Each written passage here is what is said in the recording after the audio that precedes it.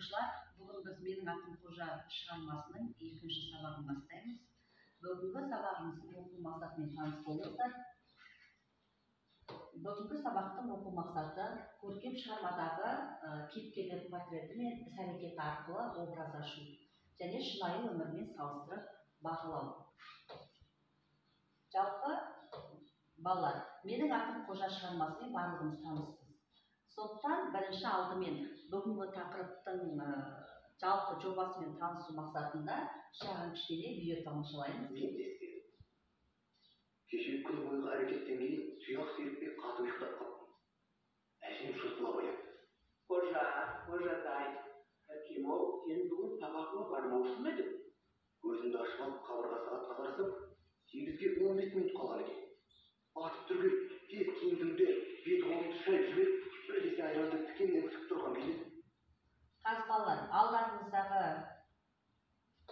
бейнебаяннан осы видеоның толық нұсқасын танысып аламыз. Осы видеодан толық нұсқасын танығаннан кейін үзіндідегі кейіпкерлердің образын ашамыз. Яғни қожаның, диалогтық жұпта жұмыс жасаған әжесінің, мұғалімнің, күзетші ағайдың образдарын ашуымыз керек.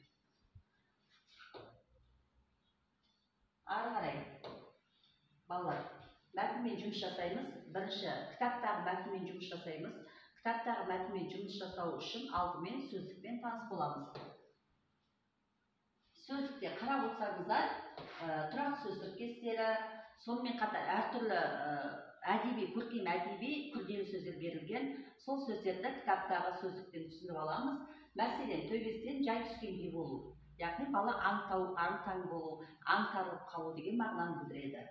Сол секілді балалар, қазір сөздікпен таныс болып біткеннен кейін мәтінді кітапты ашамыз, мәтінмен жұмыс жасауды бастаймыз.